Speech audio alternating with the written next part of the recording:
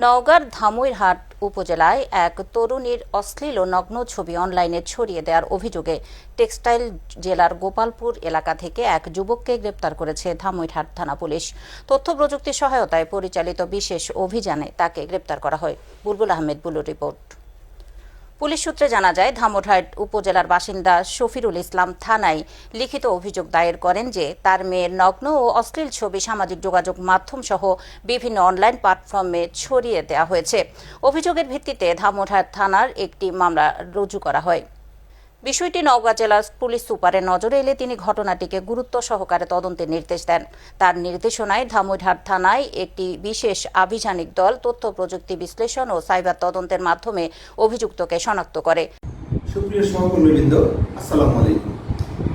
অশ্লীল ও নগ্ন ছবি গোপনে ধারণ করার অভিযোগে বিকৃত রুচির অধিকারী আলিফ হোসেনকে টাঙ্গাইল জেলার গোপালপুর থেকে গ্রেফতার।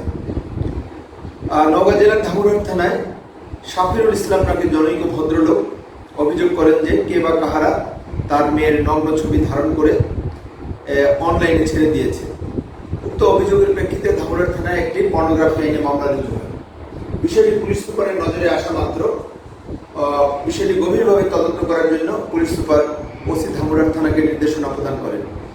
এর প্রেক্ষিতে সেই ফেসবুকের লিঙ্ক বিশ্লেষণ, তথ্য প্রযুক্তি বিশ্লেষণ এবং সাইবার অ্যানালাইসিস করে ধামইরহাট থানার একটি বিশেষ টিম গত 8 তারিখ রাতে টাঙ্গাইল জেলার গোপালপুরে প্রেরণ করা হয় এবং সেখানে অভিযান পরিচালনা করে আসামি মোহাম্মদ আলিফ হোসেন পিতা আজহারুল ইসলাম থানা ঘাটাইল জেলা টাঙ্গাইলকে গ্রেফতার করা হয়।